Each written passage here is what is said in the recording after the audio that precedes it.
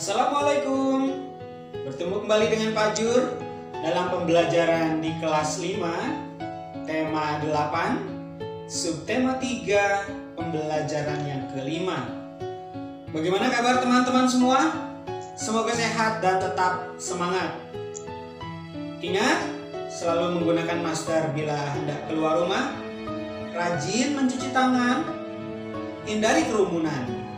Semoga kita semua senantiasa dalam keadaan sehat. Baiklah, sebelum kita mulai pembelajaran hari ini, mari kita berdoa sesuai dengan agama dan kepercayaan masing-masing. Tujuan pembelajaran kita kali ini, yang pertama, melalui kegiatan mencoba, kalian dapat menjelaskan cara memelihara ketersediaan air bersih dengan benar. Kemudian melalui kegiatan berdiskusi dan membuat booklet, kalian akan dapat menjelaskan cara-cara memelihara ketersediaan air bersih dengan baik. Dan dengan melalui kegiatan pengamatan, kalian diharapkan mampu menyebutkan langkah-langkah membuat gambar cerita dengan benar. Baiklah, kita mulai pembelajaran kita. Yang pertama, kalian akan belajar mengetahui tingkat pemborosan air. Bagaimana cara mengetahuinya? Ikuti langkah berikut. Yang pertama, sediakan 1 buah gelas ukuran kurang lebih sekitar 300 ml atau mungkin sekitar 1 gelas ukuran aqua kecil itu boleh. Kemudian yang kedua, bukalah keran air sekecil mungkin sehingga air hanya menetes perlahan-lahan. Apabila tidak ada keran air di sekolahmu atau di rumahmu, dapat diganti dengan penampung air, misalnya ember atau kaleng bekas. Buatlah lubang kecil pada penampung air itu, kemudian isilah dengan air hingga penuh. Usahakan lubang itu cukup kecil sehingga air hanya keluar dengan menetes saja. Berikutnya, tampunglah tetesan air tersebut hingga gelas penuh. Gunakan air yang kamu tampung untuk mencuci piring atau menyiram tanaman. Keempat, catatlah waktu yang diperlukan oleh tetesan air untuk memenuhi gelas tersebut. Yang kelima, seandainya keran atau tandon air di rumahmu bocor sehingga air menetes seperti pada percobaan tersebut, berapa liter air yang terbuang sia-sia selama 1 hari atau selama 24 jam? Nah, lalu kalian tulislah laporan dan kesimpulan kegiatan ini, kemudian bisa kalian kumpulkan kepada Bapak Ibu guru kalian. Bapak yakin kalian bisa melakukan percobaan ini. Kita akan lanjutkan. Kalian bayangkan, seandainya keran atau tandon air di rumahmu bocor, sehingga air menetes seperti pada percobaan tadi, berapa liter air yang terbuang sia-sia selama 1 hari atau 24 jam? Ya, perhatikan gambar seperti berikut. Nah, percobaan tadi telah menunjukkan pemborosan air yang sering terjadi di lingkungan rumah kita. Dari jumlah air yang terbuang, kamu dapat memperkirakan pemborosan yang terjadi, bukan? Sekarang, apa tindakanmu untuk menghemat pemakaian air? Nah, coba kalian pikirkan. Penghematan air. Amatilah penggunaan air di rumahmu.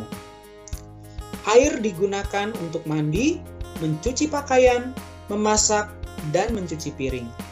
Berapa banyak air yang digunakan di rumahmu setiap hari? Walaupun hingga saat ini air selalu tersedia di alam, tetapi kita harus menggunakan air secara bijaksana. Menghemat penggunaan air sangat bermanfaat, terutama jika air diperoleh melalui pompa air listrik atau PDAM. Semakin sering kita menghidupkan pompa tersebut, semakin besar tagihan listrik yang harus kita bayar. Demikian juga jika kita menggunakan air dari PDAM.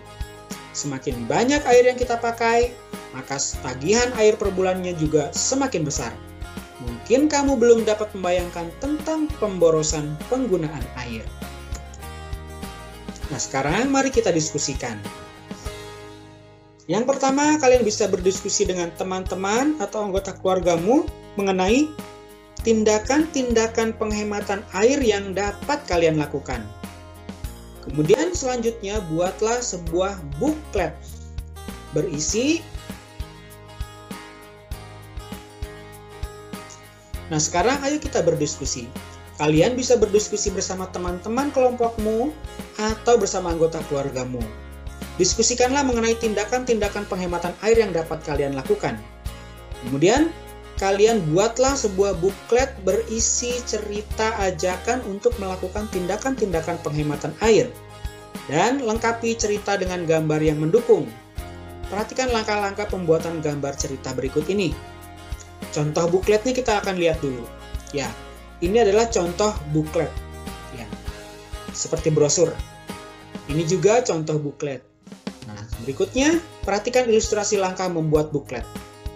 Ya, langkah pertama kalian menyiapkan selembar kertas gambar, kertas HPS atau kertas apapun yang akan kalian gunakan sebagai buklet.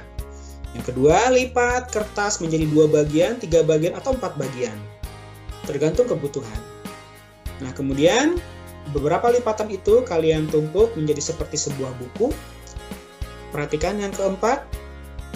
Nah, selanjutnya adalah kalian menggambar di setiap bagian lipatan kertas tadi. Nah, setelah selesai kalian menggambarnya, bisa kalian sempurnakan dengan mewarnainya, baik dengan pewarnaan teknik kering maupun teknik basah. Nah, karena buklet berisi gambar cerita, maka perhatikan langkah-langkah membuat gambar cerita berikut ini. Pertama, persiapkan bahan dan alatnya. Sebelum menyiapkan bahan dan alat, sebaiknya kamu tentukan dahulu jenis teknik yang akan kamu gunakan. Teknik basahkah atau teknik kering? Setelah itu, persiapkan alat dan bahannya. Kemudian yang kedua, menentukan tema. Pemilihan tema akan menentukan gambar yang akan dibuat.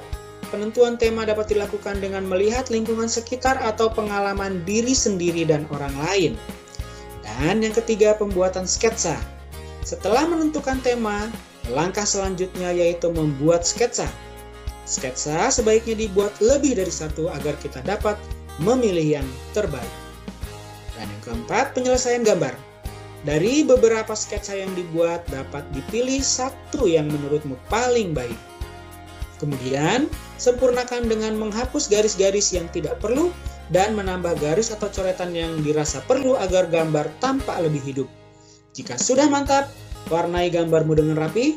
Kamu dapat mewarnai dengan teknik basah ataupun teknik kering. Perwarnaan dengan teknik basah menggunakan cat air, cat minyak, ataupun tinta.